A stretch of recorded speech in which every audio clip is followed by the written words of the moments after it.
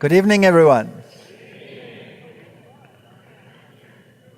Well, we're running a little bit late, so I will give you the gist of the matter and then go slower when it gets to the current points. So if I skip a couple of things, bear with me. I'm not going to leave anything out.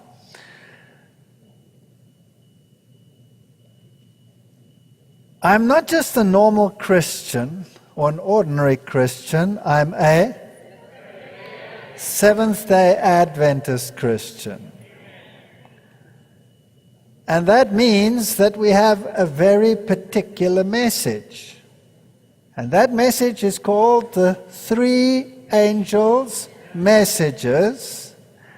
And we are to allow nothing else to occupy our minds. Because within those three angels' messages, you have every single component that you can imagine. You have all the issues of the gospel. Worship him who made. You have the hour of his judgment. That's law, standard. All of those issues. You have Babylon is fallen, separating falsehood from truth. And you have righteousness in verity, and do not accept the mark of the beast. You have all the aspects of the gospel. Because that angel that was flying in the midst of heaven had the everlasting gospel to proclaim. One of the features of this church is that it has been preaching for a very, very long time now that there will be legislation which elevates the first beast to a position of religious prominence and worship. Is that correct? And by definition, the first beast is the same as the little horn, and we don't have to speak euphemistically, it's the papacy. I'm being naughty.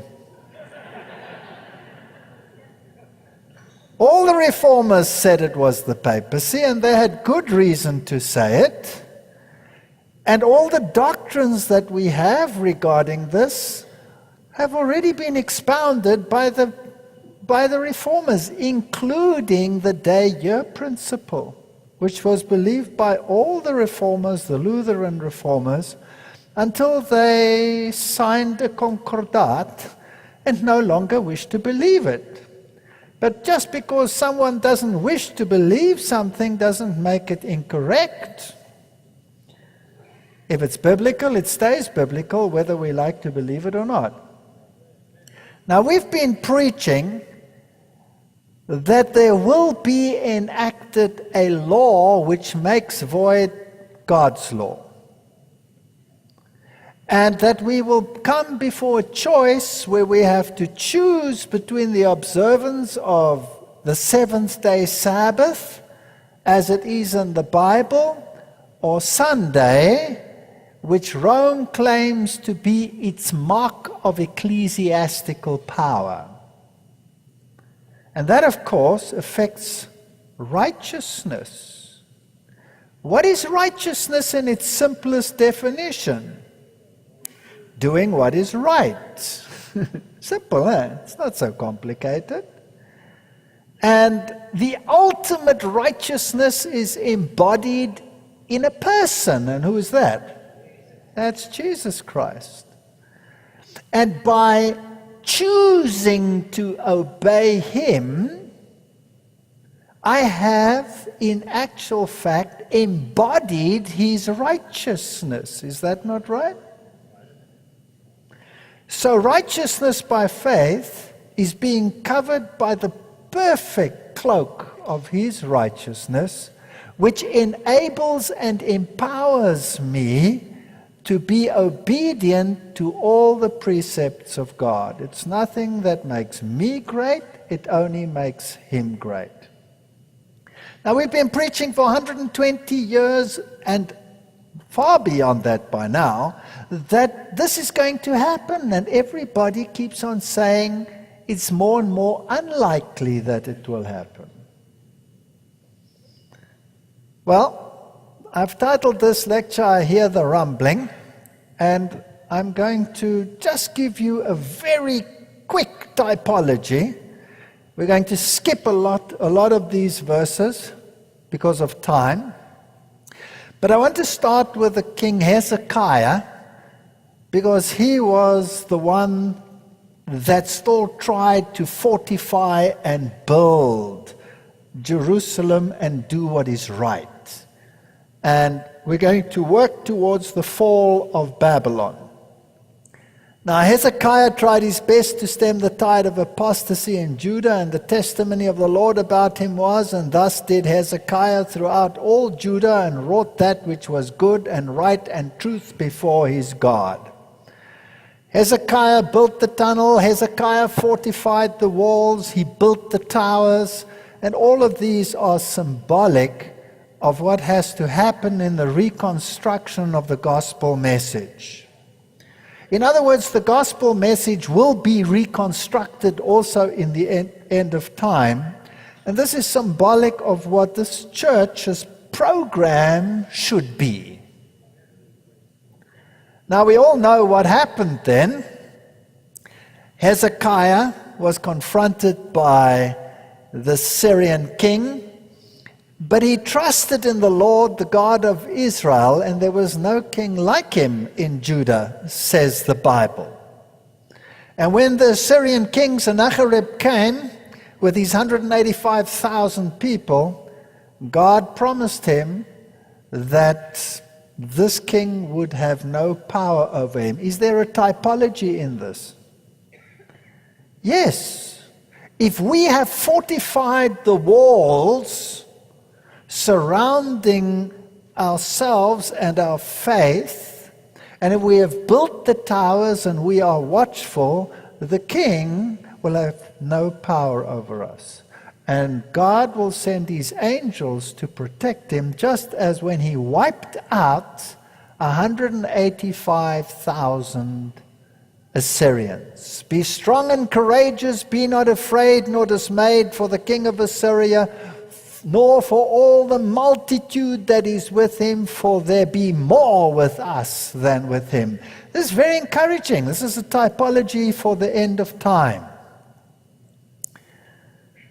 Now, unfortunately, after this great victory which was wrought by God, Hezekiah, he was slightly uplifted like Nebuchadnezzar was. And he received tribute and honor and glory. And eventually, one day, one of the enemies of Assyria was Babylon, a rising power that the Assyrians didn't want to come into ascendancy. And these people sent a delegation. Be careful of these little horn powers that rise to prominence. And sent a delegation to Hezekiah, and Hezekiah said, "Come, let me show you everything that I have." You know the story, right? The Bible says he showed him all that was in his house, everything. There was nothing that he didn't show him. And then the prophet Isaiah in 2 Kings goes and rebukes him for what he did.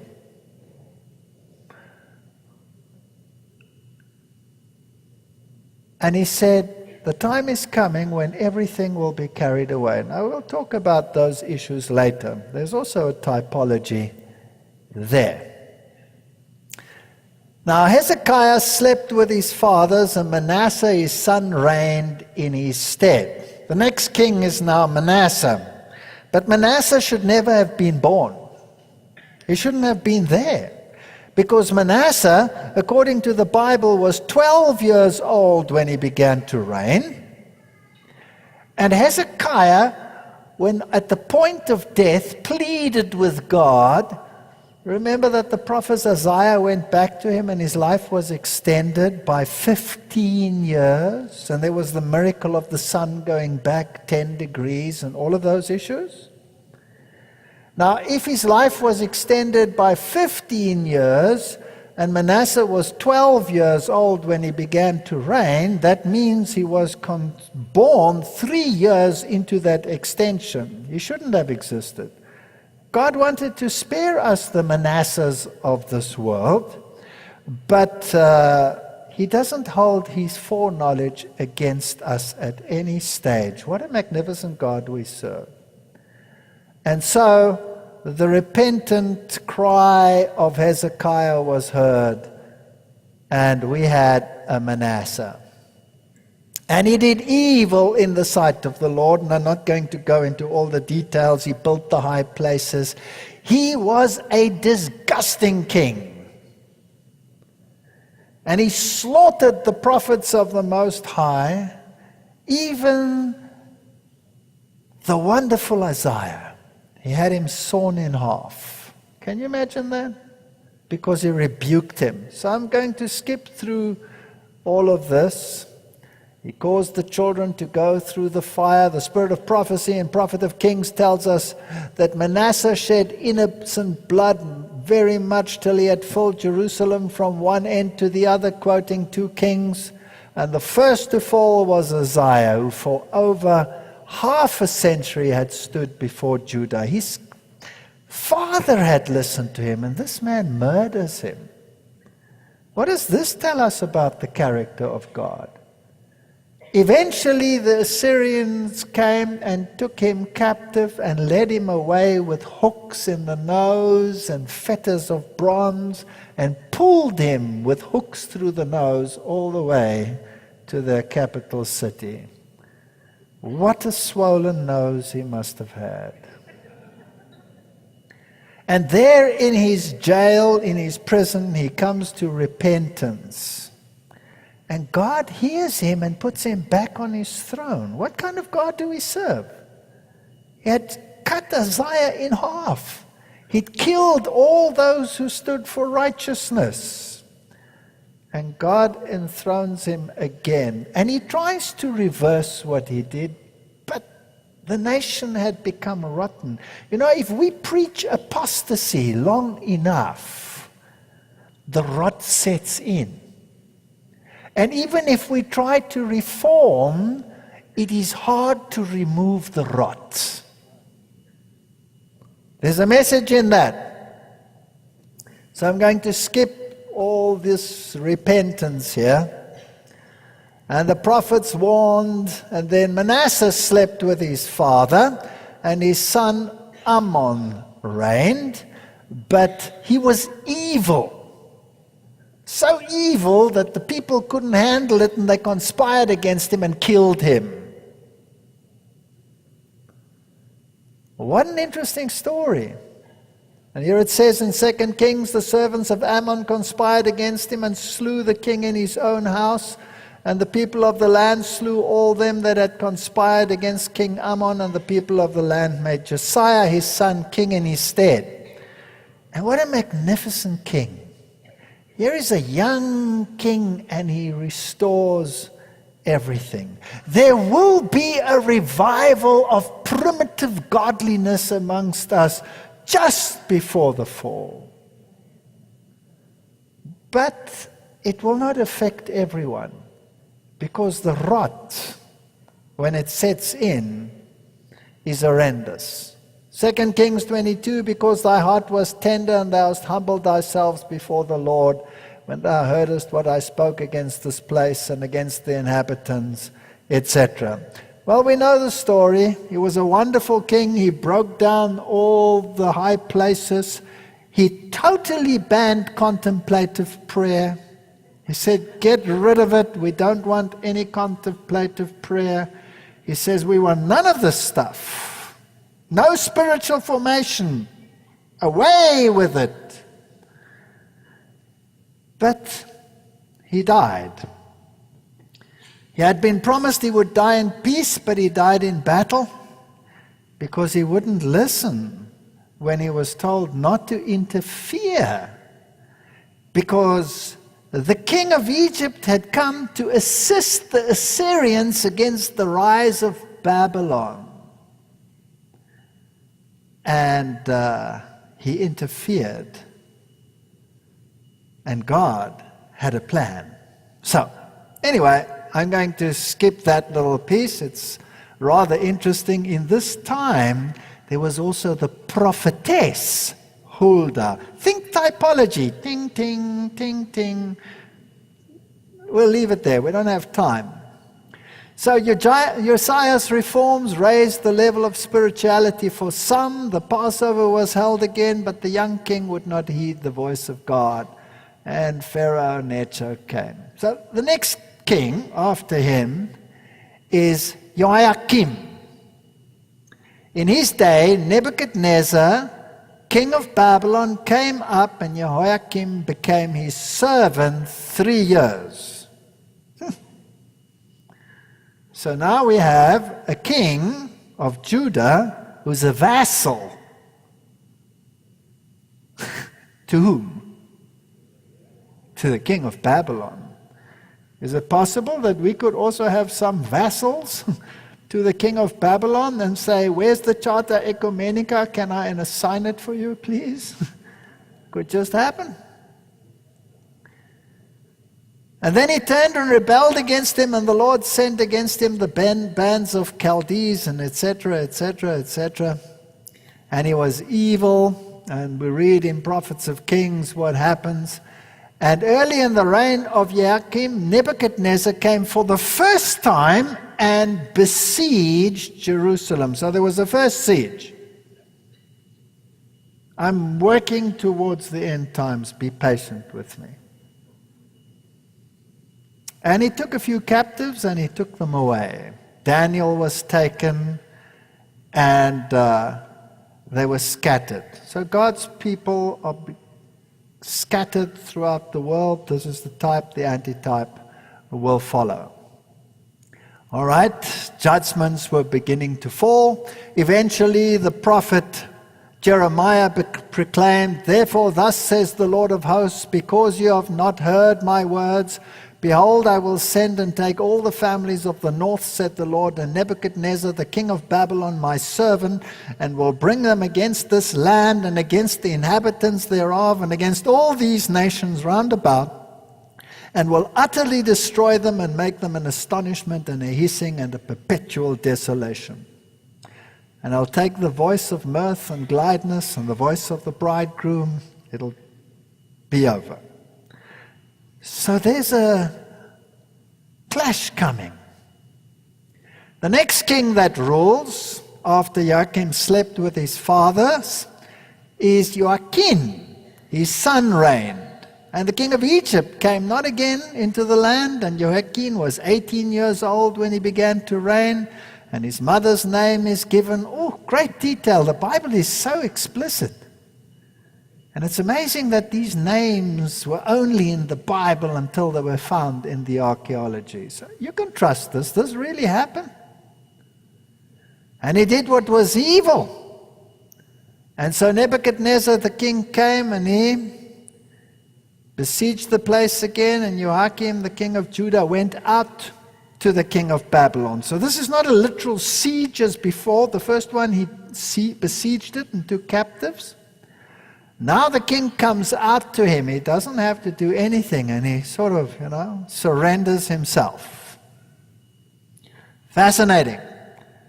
And the king of Babylon took him in the 8th year of his reign, and he carried out thence all the treasures of the house of the Lord, etc.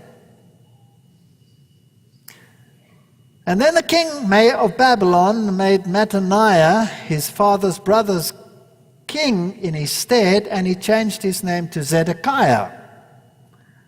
So we had a good Zedekiah, and this will be a bad Zedekiah. And he rebelled against the king.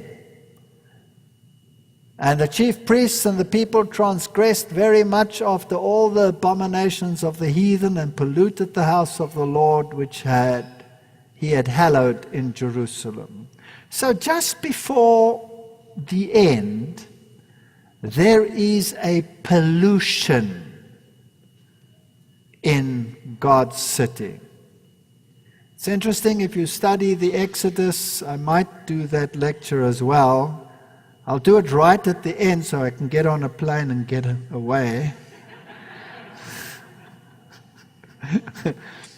God's people encountered a Baal Peor experience. The greatest apostasy that we can imagine, and the mingling with Babylon came right on the borders of Canaan. What a typology. Don't think we're so great. We're in trouble. In any case, finally, Nebuchadnezzar came and he besieged with siege ramps for the second time this city. And it came to pass in the 9th year of his reign, in the 10th month, in the 10th day of the month, that Nebuchadnezzar, king of Babylon, came, and he and all his hosts against Jerusalem, pitched against it, and they built forts against it and round about. So there were many sieges of Jerusalem, but prophetically 2 of them stand out. The first siege, when he takes the captives, and this siege, which leads to the destruction of Jerusalem. And he burns the city, and he razes the temple, and it's gone. And he slew the sons of Zedekiah. There's a typology here. Before his eyes, and he put out the eyes of Zedekiah and bound him with fetters of brass, and he carried him to Babylon. And then it tells us exactly when this king destroyed the city. Fine, 2 sieges. Let's jump in history, and we go to the fall of Jerusalem under the Romans. And they fell finally in 70 AD. Now there were other sieges after that, and Hadrian destroyed it in 135, even a greater destruction than this one. But prophetically, there are 2 sieges that are of significance. There were 2 sieges of significance in the Babylonian time, and now in the Roman time we have 2 sieges. We read about it in the Spirit of Prophecy, that in the second siege, not one Christian perished in the destruction of Jerusalem. Why not? Because Christ had given them warning. And all who believed his words watched for the promised sign. When ye shall see Jerusalem compassed with armies, said Jesus, then know that the desolation thereof is nigh. Then let them which are in Judea flee to the mountains, and let them which are in the midst of it depart out. After the Romans under Cestius, first siege, surrounded the city, they unexpectedly abandoned the siege when everything seemed favorable for an immediate attack. So he received a text message, and for some reason he pulled up his tent stakes and off he went. And the Jews thought, this is great, and they hounded him from behind. And they nearly obliterated his army from behind. So you can imagine that the Romans were not too chuffed. And it took 3.5 years before they finally came back under the General Titus. You know the history? And a second siege commenced. If you were in that city during the second siege, what happened to you? You were gone. So the space of time to get out was between the first and the second siege. That was 3.5 years. That could be prophetic, right? All right, I'm not going to go. Events were so overruled that neither Jews nor Romans should hinder the flight of the Christians. Upon the retreat of Cestius, the Jews, sallying from Jerusalem, pursued after the retiring army, and now they were back. Terrible were the calamities that fell upon Jerusalem when the siege was resumed by Titus. The city was invested at the time of the Passover, when millions of Jews were assembled in its walls. So there might have been a lot of food for a lot of time, but it was Passover, and so there were millions of people, and it was different. So fierce were the pangs of hunger that men gnawed the leather of their belts. They sacrificed their children. They ate their children. It was a horrendous situation, a type of what will happen at the end of time. Thousands perished from famine and pestilence. Natural affections seemed to have been destroyed. Husbands robbed their wives, wives their husbands. Children could be seen snatching food from the mouths of their parents, and all of these things. But the Christians were safe. Eusebius writes, then the spiritual seed, that's a very interesting statement. Not the literal seed, the spiritual seed of Abraham fled to Pella on the other side of the Jordan, where they found a safe place of refuge and could serve their master and keep his Sabbath. Isn't that interesting? Pella. We went to visit the place, and this is what's left of it.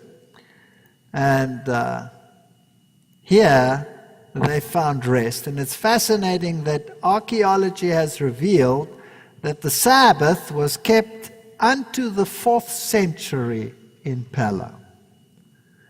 In other words, if Jesus had ever changed the Sabbath, the Christians that fled, owing to his advice, knew nothing about it.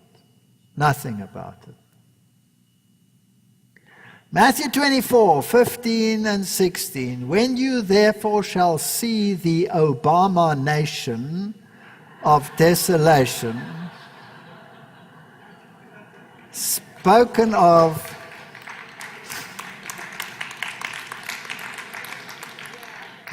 is it my African accent, or is something wrong here?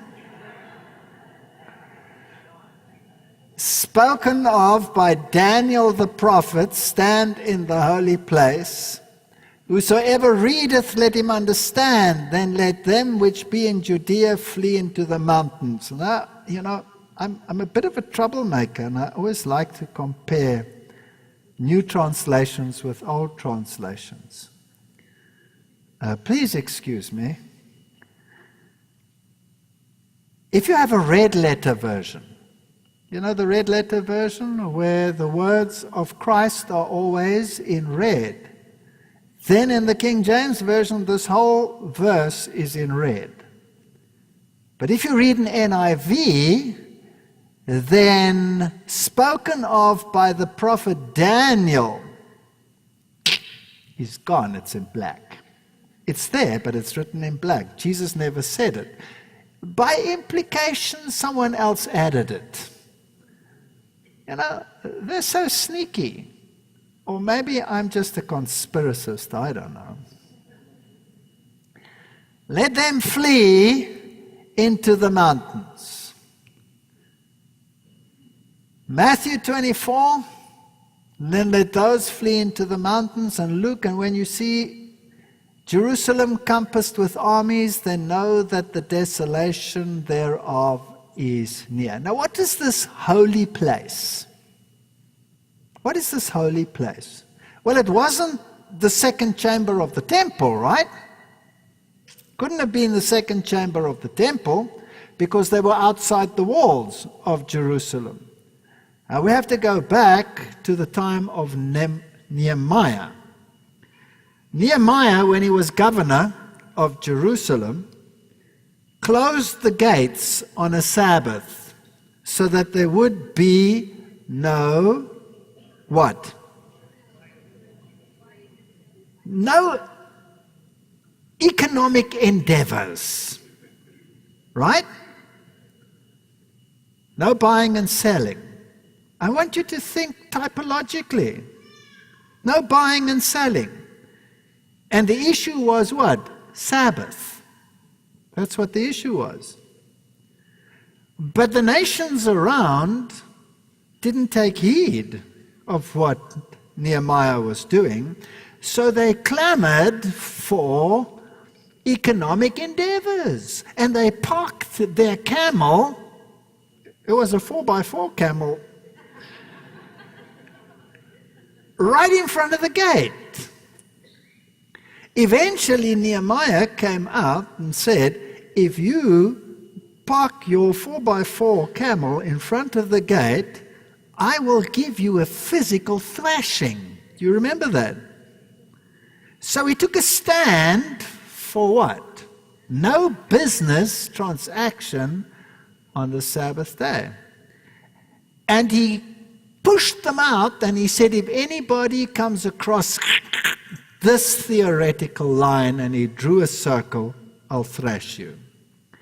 And that came to be known as the holy area, the holy place around Jerusalem, free of any economic endeavor. Because there was always somewhere in Jerusalem a Jew who would sneak out and think that it was okay to go to McDonald's on a Sabbath day. Of course, we wouldn't have something like that today. It wouldn't happen. So this was the situation. It was an economic deal. So when you see the armies of Rome encompassing the city and setting up their standard in the holy place, will this be an economic endeavor involving the Sabbath, yes or no? Is this stuff becoming interesting? I like typology. The time is not far distant when, like the early disciples, we shall be forced to seek a refuge in desolate and solitary places. As the siege of Jerusalem by the Roman armies was the signal for flight to the Judean Christians, so the assumption of power on the part of our nation in the decree enforcing the papal Sabbath will be a warning to us. It will then be time to leave the large cities, preparatory to leaving the smaller ones for retired homes in secluded places among the mountains. Are you waiting for the siege? Which siege are you waiting for? The first one or the second one? The prophets to whom these great scenes were revealed longed to understand their import. They inquired and searched diligently, searching what or what manner of time the Spirit of Christ which was in them did signify, unto whom it was revealed that not unto themselves but unto us they did minister in these things. To us who are standing on the very verge of their fulfillment, of what deep moment, what living interest are these delineations of the things to come? Events for which, since our first parents turned their steps from Eden, God's children have watched and waited and longed and prayed. How close are we? And what is happening? So in other words, when the Romans laid siege on the city, they set up their standard or their banners upon which were depicted their pagan gods. And those standards were planted in the area around the city wall known as the Holy Ground. And this is the fulfillment of what we read. In 1897, Ellen White writes a statement that modern-day fulfillment of this prophecy has already taken place. The Protestants have set up an idol, not will set up, have set up an idol Sabbath in the place where God's Sabbath should be, and they are treading in the footsteps of the papacy. For this reason, I see the necessity of the people of God moving out of the cities into retired country places. When should they be moving out? Get out. In 1897. Where are they sitting? Anywhere but out. So it will be again, but it is over the seventh-day Sabbath that the battle will be fought. The authorities of this world will rise up in their pride and power and make laws to restrict religious liberty. They will assume a right that is God's alone. Even now they are making a beginning. 1898. 2 sieges. Manuscript release, volume 10. The pressure of Sunday law has come and is coming. Wow. The decree enforcing the worship of this day is to go forth to all the world. In a limited degree, it has already gone forth. 1897. Fascinating. The time has come when, as God opens the way, families should move out of the cities. Not the time will come. The time has come. Written in 1903. The children should be taken into the country. Now please, I'm not advocating a panic here. What does it say there? As God opens the way. The prophet Isaiah says, my people will not leave in haste. Don't stress. Do we serve a living God or do we serve a dead God? We must show the world that we recognize in the events that are now taking place in connection with the national reform movement the fulfillment of prophecy. That which we have for the last 30 years proclaimed would come is now here. So the movement involved in the first siege has already come. It's already gone. Remember 1 Corinthians, let all things be done decently and in order, no panic. Said the messenger of God shall win. Well, just recently, there were preachers in Europe preaching that of course we have to live in the cities because we have to preach in the cities. I'm not talking about the tail, I'm talking about the head. Said the messenger of God, shall not the cities be warned? Yes, not by God's people living in them, but by their visiting them to warn them of what is coming upon the earth. Where should God's people be living according to the spirit of prophecy? Is this now sensationalism? Is this fear talk? Or is this just reading the spirit of prophecy? It's just reading it, so no fear talk. And please understand, I don't live in the cities. I live outside on a farm. Do I live outside on a farm because I'm scared of my skin, of what will happen in the cities? No, I'm never on my farm. I'm always in the cities. The probability of being nabbed in a city is far greater for me than resting on my farm. But obedience requires that I do what God says and leave the consequences to Him. So I'm not running away to save my hide. Why am I a health reformer? Because I want to be holier than the person next to me? Because I don't want to die at the age of 25 but want to reach at least 30? No, because God said so. And if you do what God says, there are certain blessings that go along with it. And in any case, He did it for my lifestyle. Isn't that so? So our motive for why we do things should be in harmony with the Spirit of God. Ere long, there will be such strife and confusion in the cities that those who wish to leave them will not be able. If you switch on your televisions, do you see a possibility of something like that happening? Do you think the strife could spill over here? With all the harvests failing in the world and all the great calamities, what do you think will happen if your supermarket shelves are suddenly empty? And it doesn't have to take 3 weeks, it can take 1 weekend and they will be empty, no matter how full they are. There are plenty of hungry people. We must be preparing for these issues. This is the light that is given. 1903.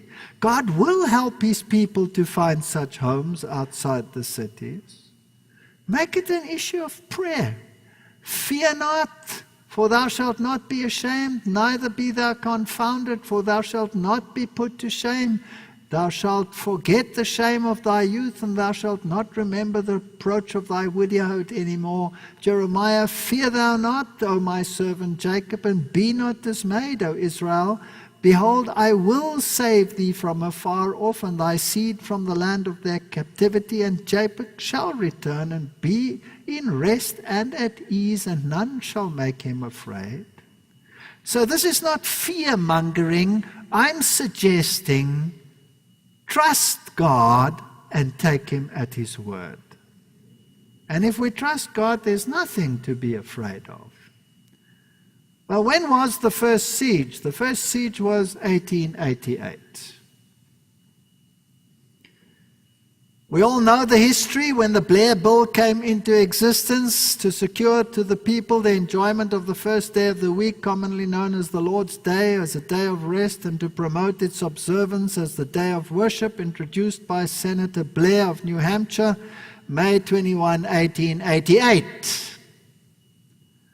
Referred to Committee on Education and Labor. Isn't that fascinating?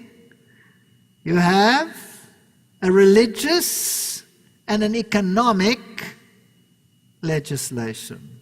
I like these little nuances, these little comparatives. Proposing an amendment to the Constitution of the United States respecting establishment of religion, etc., etc., etc.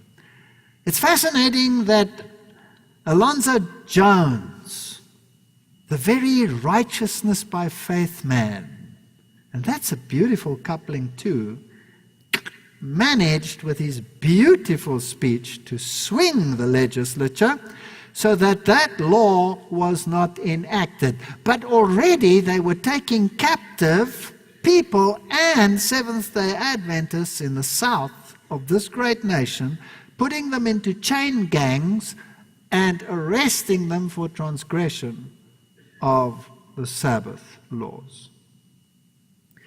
And then the siege passed away, first siege. The world was also ready to receive it because the great preachers like Moody, there was a great revival. We could have gone home, but because of unbelief, we were sent back into the desert. We are repeating the history of the children of Israel. This is the web page of the Lord's Day Alliance. That's their official web page. The Lord's Day Alliance of the United States was founded in 1888. Do you think this is all a coincidence? Somehow, I don't think so. That year, representatives of 6 major Protestant denominations met in Washington to organize the American Sabbath Union. This name was later changed to the Lord's Day Alliance of the United States. It has been one of the national organizations whose sole purpose is to maintain and cultivate the first day of the week as a time of rest, worship, Christian education, and spiritual renewal. That's their aim. And they've existed since 1888. Now, it's interesting to me that they write that the Lord's Day Alliance of the United States exists to encourage Christians to reclaim the Sabbath, the Lord's Day, as a day of spiritual and personal renewal, enabling them to impact their communities with the gospel.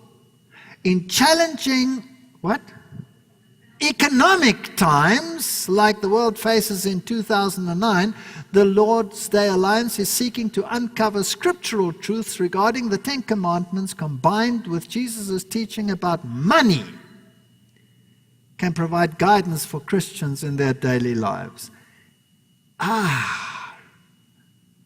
The siege, Nehemiah, the holy place, Sabbath, economics.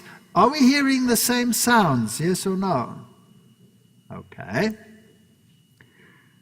In 2001, when the Twin Towers fell in the United States of America, the Lord's Day Alliance sent out this statement. This is their chairman. We are keenly aware that we could not do our work without the financial support of our friends, so they're asking for money.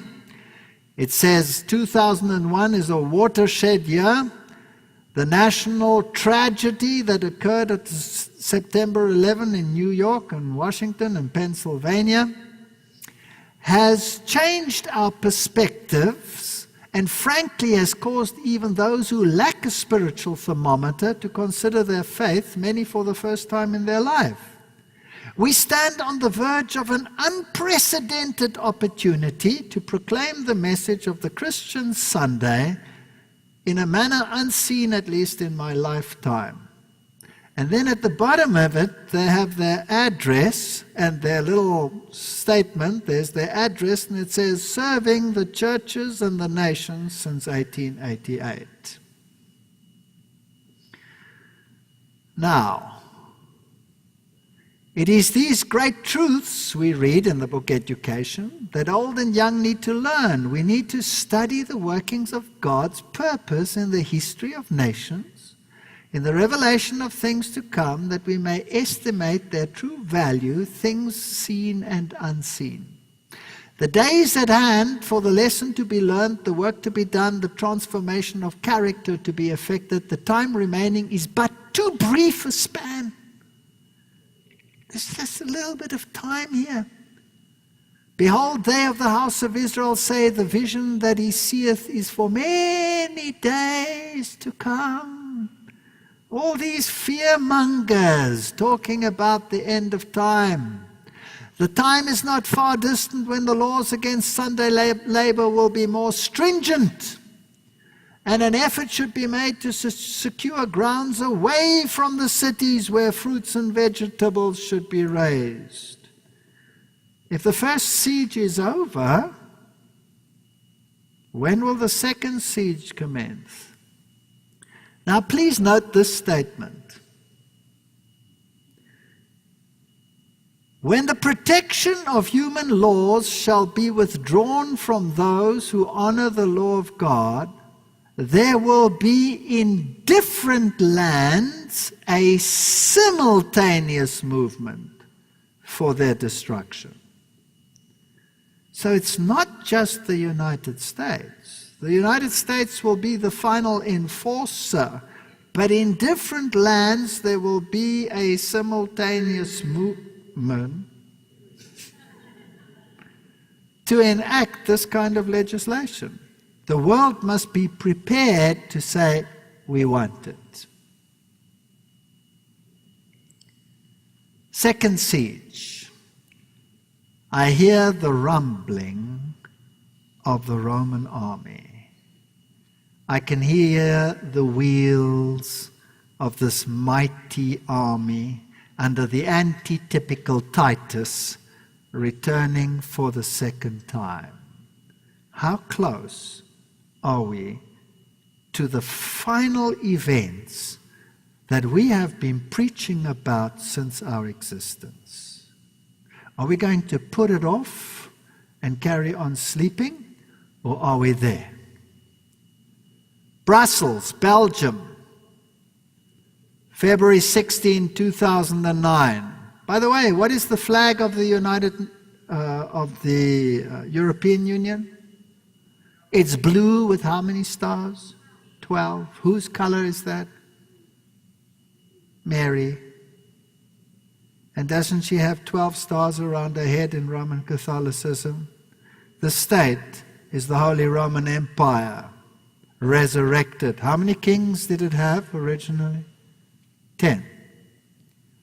Brussels, Belgium. The Secretariat of the Commission of the Bishops' Conference of the European Community has welcomed the proposed EU law that would safeguard Sunday as a day of rest from work, according to Osservatore Romano. That's the official mouthpiece of the Vatican. So in 2009, the churches asked for a Sunday law to be enacted by the European Union. The European Union said no. They had a meeting and they said no. And the reason why they said no is they said it doesn't make any difference what day you rest, whether you rest on a Monday, a Tuesday, a Wednesday, or Thursday, or any day. It doesn't matter as long as you get a day of rest. So go away, bishops.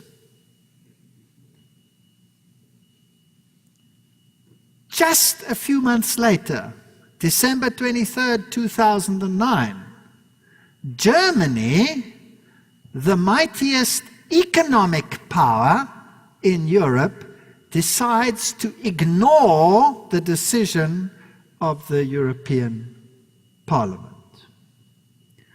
Germany's High Court overturned a 2006 ruling that allowed Berlin shops to open for 10 Sundays per year, defaulting to stricter standards on weekend store openings. The decision to uphold a complaint from Protestant and Catholic churches that the opening went against Article 139 of the German Constitution, which states, Sunday and holidays recognized by the state shall remain protected by law as days of rest from work and of spiritual improvement. Labor, work, and church. Two aspects. So Germany goes it alone. Spiegel Online. Even atheists need to switch off on Sundays. Germany's highest court has ruled that Sunday should be kept as a day of rest and has overturned the Berlin law easing restriction on Sunday shopping. And now please take note. We have to read very carefully. My heart was strangely warmed when I saw this article. Most German newspapers, now that is unprecedented. For all these years we've been preaching this and everybody said it would never happen. You wouldn't get the support. I mean, people love their sport, people love this. Forget it. The stores are all open now. Do you think we're going to go back to stricter rules? You're off the wall. You're insane with your stupid prophecy. That's what people were saying. But now note, most German newspapers on Wednesday greet the ruling. Some for reasons of religion and tradition, others out of concern for workers' rights. How does my friend go? Something like that. The mark of the beast will be implemented where? On the forehead or the hand? So if you support it for reasons of religion and tradition, because it's not biblical, they are so perfect in their wording. Thank you, Spiegel. You couldn't have done it better had you quoted it from the Bible. Where will you receive it? In your forehead. But if you support it for reasons of workers' rights, where will you receive it? In the hand. Isn't this fascinating? Can you hear the rumbling of the Roman army? Now it's not just the churches. It's not just the religious body. Now it's the workers' unions that are asking for it. The labor unions had joined the churches in their campaign to ring-fence Sunday as a day off for the nation. However, their focus was not on protecting the right to practice religion, but rather on protecting workers in the retail sector from having to work on Sundays. After all, the mark of the beast has to do in its implementation with buying and selling. Must be labor in action. Brilliant! Sunday is sometimes the only day when they might get to spend with members of the family, the servants' union, Verdi, greet a Tuesday ruling with relief and joy, saying this was a boon to shop workers and their families. German papers on Wednesday are broadly in favor of the ruling, though their reasons for supporting the court's decisions are strikingly different. This is reading prophecy and fulfillment. I love the little details. Abendzeitung, that's evening newspaper. Krisengipfel im Kanzleramt, das Sonntagsgegacker. Isn't that a nice sentence for those who are German speaking? Crisis meeting of the top parliamentarians, including the Chancellor, Merkel, but they are gackern, talking on a Sunday. 2009, as you know, the economic crisis hit this planet, and the things got worse, and so on the 18th of January 2010, which was a year ago, these people could find no other time to set the agendas but on a Sunday. And so she gathered with her top ministers just to set the agenda for the European Parliament's discussion. And guess what? The cardinal, or the bishop of München, freaked. And he lambasted them on national television. This is the article. Beste Atmosphäre. It was a good atmosphere, they were talking. But Reinhard Marx, the bishop, he refused to give his blessing to what they do. And this is what he said. Politiker sollten ein Zeichen setzen und sonntags keine Arbeitssitzungen abhalten. Wow. Sorry, I have to say it backwards. I forgot. All right, my heart was strangely warm.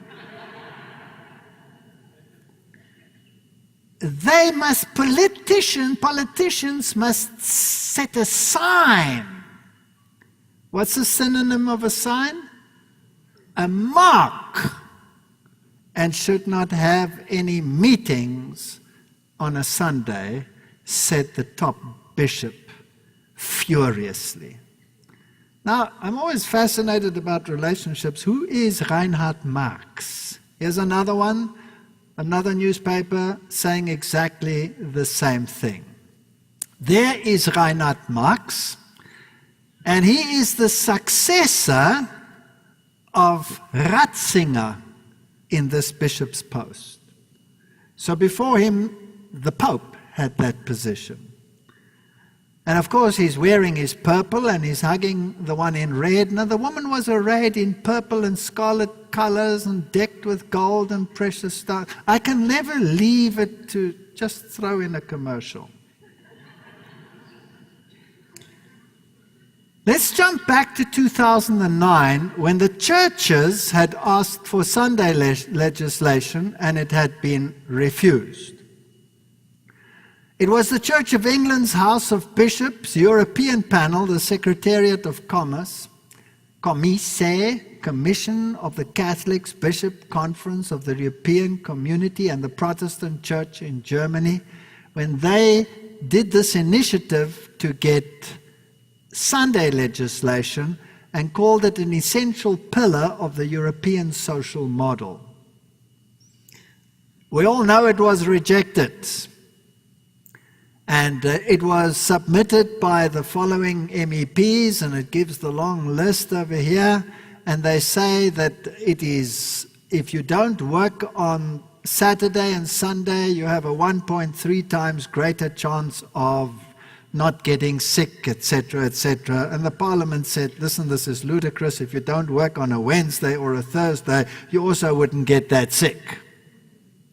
So go away with your silly argument. And now they have some other arguments. Whereas, according to EU law, Sunday is the weekly rest day for children and adolescents. Oops. Now it gets serious. You see, in Europe, Sunday is the only day off for children. You go to school from Monday to Saturday, but Sunday is the day off.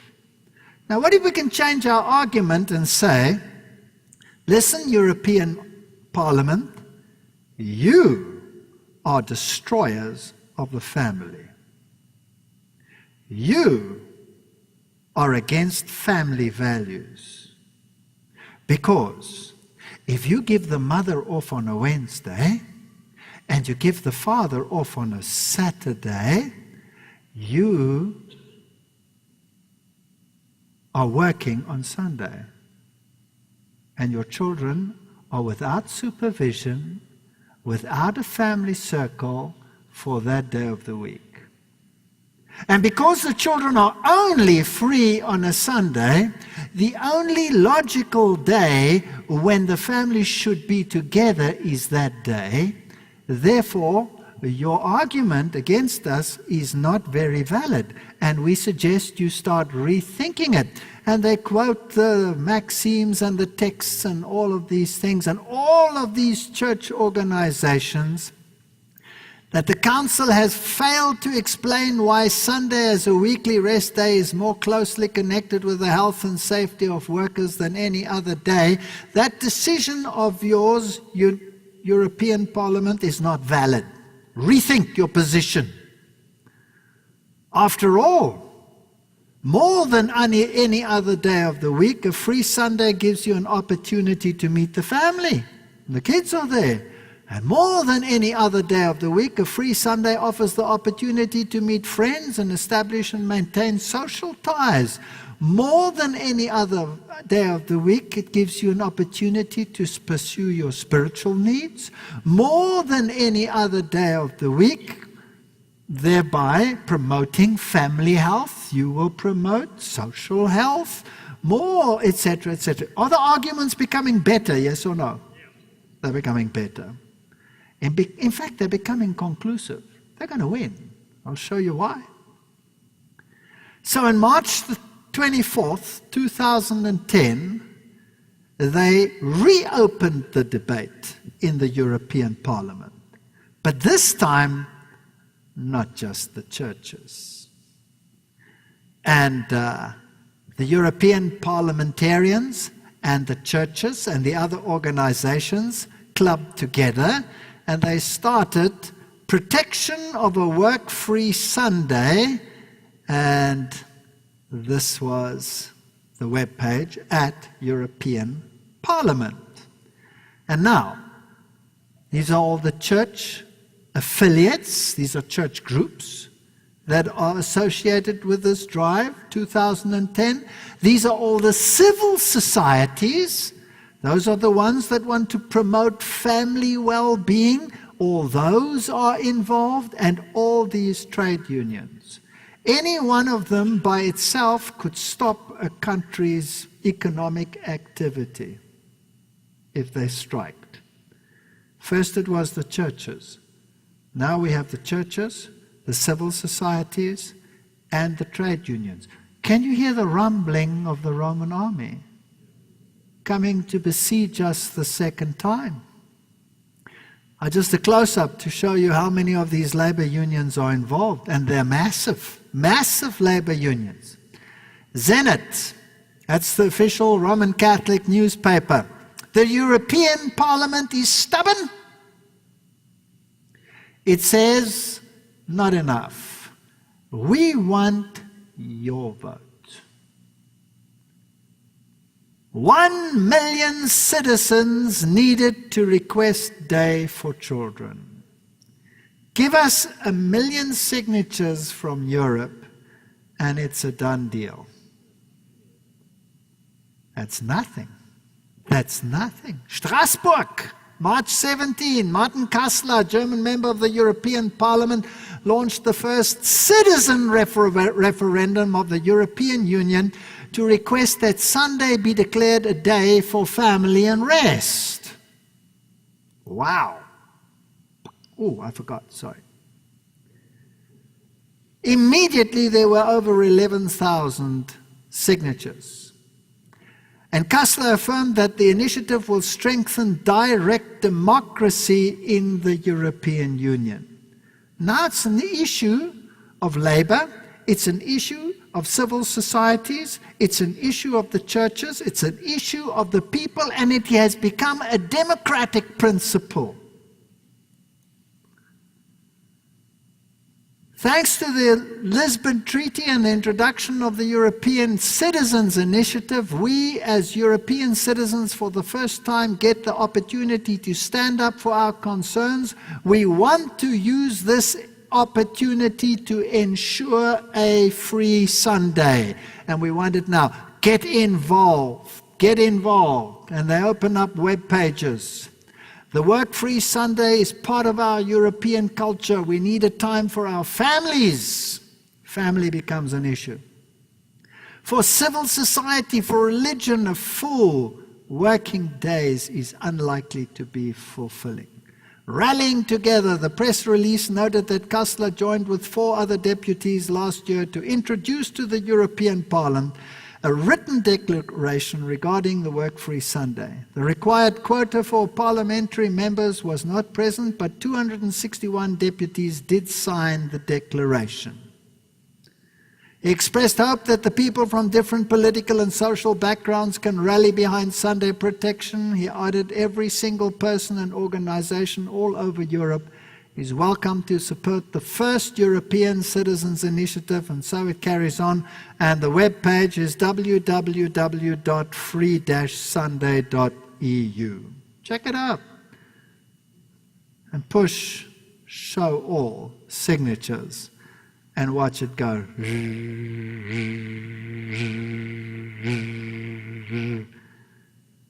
Can you hear the rumbling of the Roman army?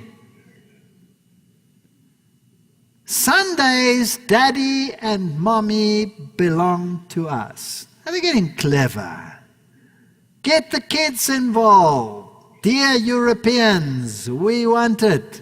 Sunday is Children's Day. Sunday, Daddy and Mommy belongs to us.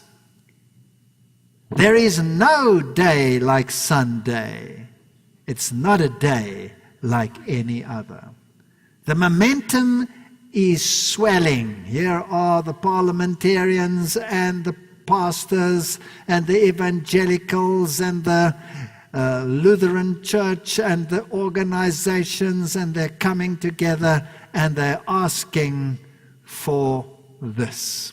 Now let's go to the spirit of prophecy. It was written in 1888.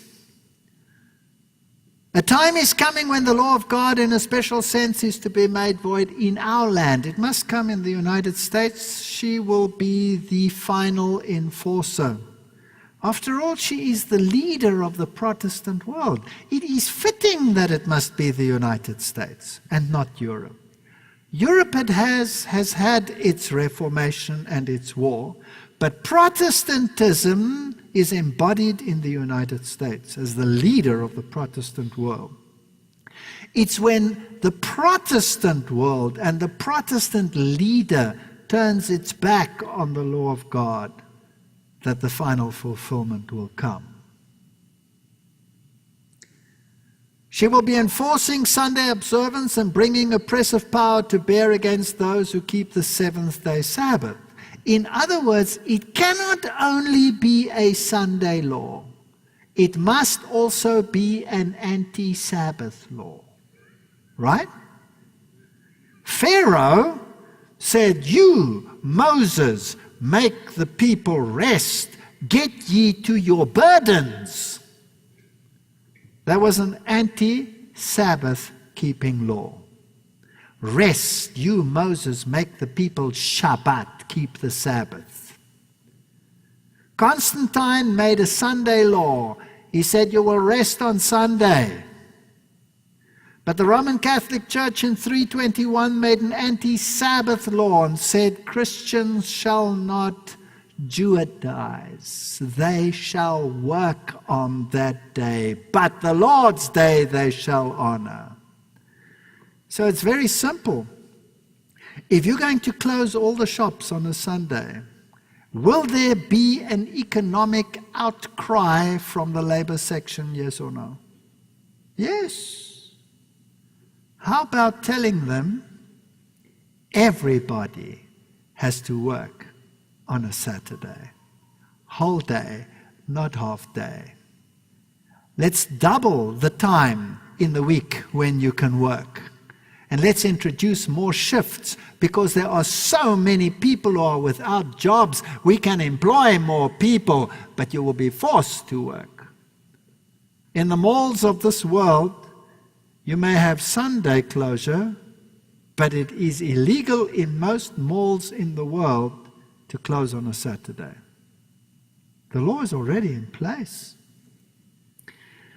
To secure popularity, prophets and kings, and patronage, legislators will yield to the demand for Sunday law.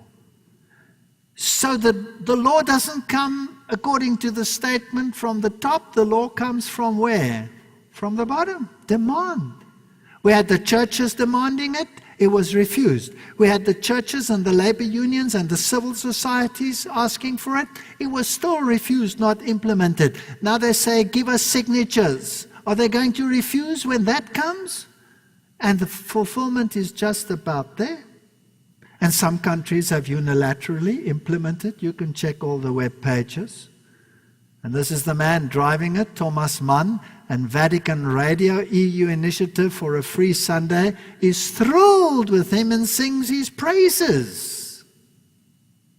Surely the secular Britons won't get in on this debate. Let's listen to the BBC. Let's get some sound.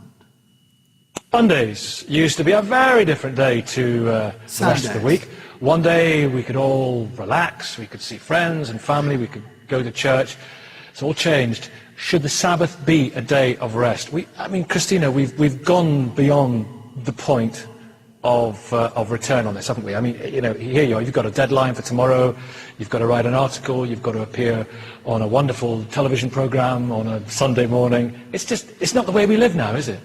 No, but wouldn't it be nice if the government sent us a message that they didn't think of us only as units of consumption and production and worker bees. Yeah. Just once in a week, we were let off the hook, and we could not shop, and we could not work, and actually concentrate on the whole self. On each other. And on each other. Why not?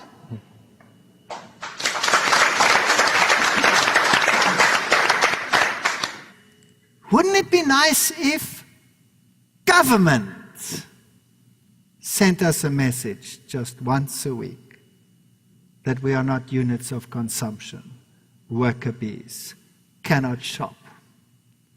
Blair Court's controversial US pastor Rick Warren in bid to unite faiths. There's union and working behind the scenes on this issue. Pope calls for a new world order. Pope Benedict has proposed a new world political authority with real teeth. 2009. Then, 2010, Obama to seek new international order.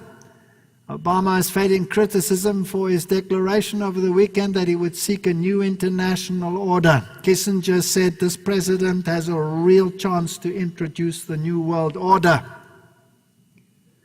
And he made his speech at the military academy. Fascinating. Fascinating. The president added that the efforts by American armed forces need to be complemented with greater diplomatic engagement from grand capitals to dangerous outposts, more humanitarian assistance to needy nations, better communications amongst intelligence agencies, etc. First responses to all of these things. I'm not going to repeat my total onslaught lectures, but whether you are a Republican or whether you are a Democrat, it doesn't matter. You sit at the feet of the Knights of Malta. You sit at the feet of the Knights of Malta. You shake the hand of the Templars. Now, I know that he didn't write it, and you've all read this, but I just want to bring it into the story. It's on his webpage, so it must have been vetted and left there. Not written by him, not by Obama, but the blog is there. It plants a seed. There have been a lot of changes in the past 100 years. Not only have we seen gang activity increase along with crimes, but so has energy consumption. The other change I realized was the rescinding of Sunday laws across the United States. So perhaps we should consider enacting a Sunday law, not to restrict people from working, but to give liberty to those who can't choose. May 22, 2010, Pope calls for solidarity on the world's finances. Says ethics must guide all actions. What ethics must be introduced? What law favoring the first beast must be introduced on political grounds? On the same day that Obama called for a new international order to solve the challenges of our times, Benedict also called for international cooperation, particularly in the area of solidarity guided by ethics. I love his two hand signs.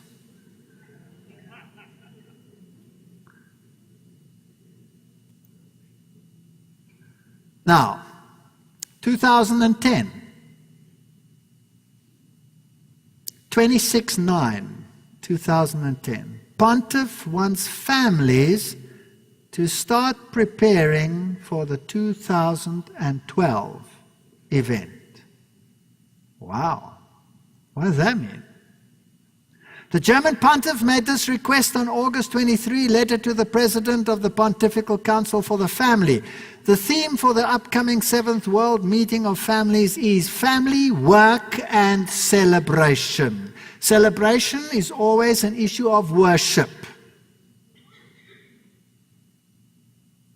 So we have work and celebration. We have the mark of the beast on the hand and on the forehead, one of the two. The Holy Father's letter reflected on these themes. Work and celebration are intimately connected to the life of the families.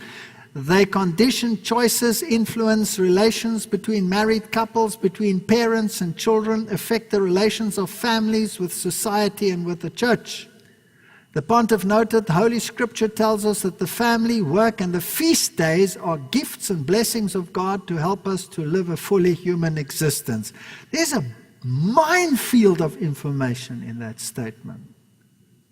So here the Pope is asking for preparation for 2012 to have work and feast days incorporated. Why? So that you could have a fully human existence. Now we have to just hearken back to Vatican II, where salvation was defined as having a fully human existence. In other words, you are not saved by Christ through grace. You are saved from your miserable existence by the papacy, by giving you the kingdom of earth, or kingdom of heaven here on this earth, where they want to assume their millennial reign. That's what he's saying. And he's saying it is at hand.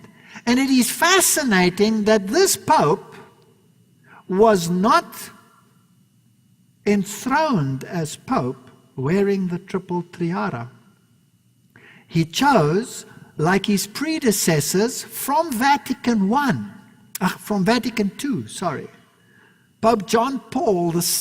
Pope Paul VI laid aside the tiara, which means ruler of the underworld, heaven and earth, the totality of temporal and spiritual power.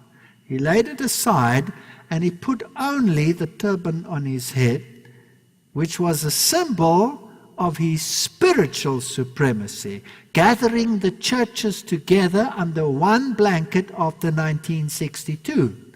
But this year, in January, for the first time he unfurled the triple tiara from his window in Rome when he gave his speeches.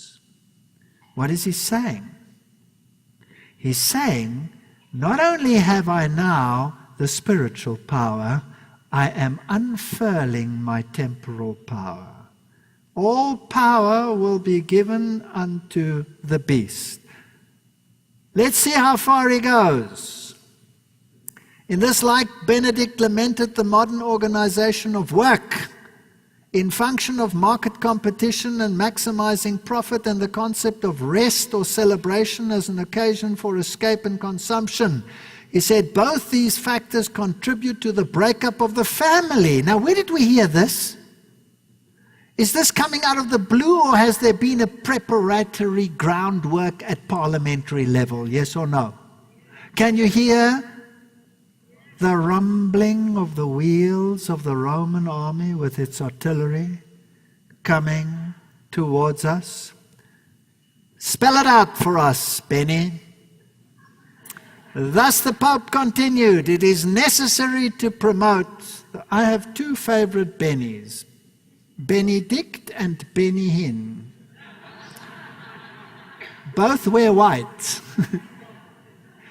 It is necessary to promote reflection and efforts at reconciling the demands and the periods of work with those of the family, and to recover the true meaning of the feast, especially on Sunday, the weekly Easter, the day of the Lord and the day of man, the day of the family, of the community and of solidarity. Is he asking for Sunday legislation in preparation for 2012, yes or no? Which means he's asking for it to be prepared in which year? Are we going home? Are we going home? Let's see. It is my wish, and please note, this is zenith.org. This is Catholic source. It is my wish, therefore, that already in the course of 2011, the 30th anniversary of the Apostolic Exhortation of Familiaris Consortio, the great charter of family pastoral care, might be taken as a valid guide with initiatives at the parish, diocesan, and national level, aimed at throwing light on experience of the work and celebration in their truest and most positive aspects, with particular regard to the effect on the concrete life of the families. And this time, the wheels will not return, because this is the second siege. Typologically, this is it. Brothers and sisters, the time is here. We are going home. Ezekiel 39, 6-8, and I will send a fire on Magog and among them that dwell carelessly in the isles, and they shall know that I am the Lord. So will I make my holy name known in the midst of my people Israel, and will not let them pollute my holy name anymore. And the heathen shall know that I am the Lord, the Holy One of Israel. Where are we as a church? Are we ready for this, or are we in a great omega apostasy? And what will happen to us? Where does judgment start? Judgment starts with the house of God. And there will be a mighty shaking. And there will be a spitting out. Not a coming out. Get glue, as I have said. Sit in this church. This is God's church. It's going through. How it goes through, with all the planks intact, we'll look at that in another lecture. But the fact of the matter, this is God's church. This is the message that was entrusted to the pioneers. This is the message that will be preached to the end. Whether some wish to destroy the message, make it of none effect, or give an alternative message, that's not our business. Do what is right and leave the consequences to God. Behold, it is come and it is done, says the Lord God. This is the day whereof I have spoken. Revelation 21:6, and he said unto me, it is done. I am the Alpha and the Omega, the beginning and the end. I will give unto him that is athirst of the fountains of water and of life freely. And that's what I have to tell you tonight.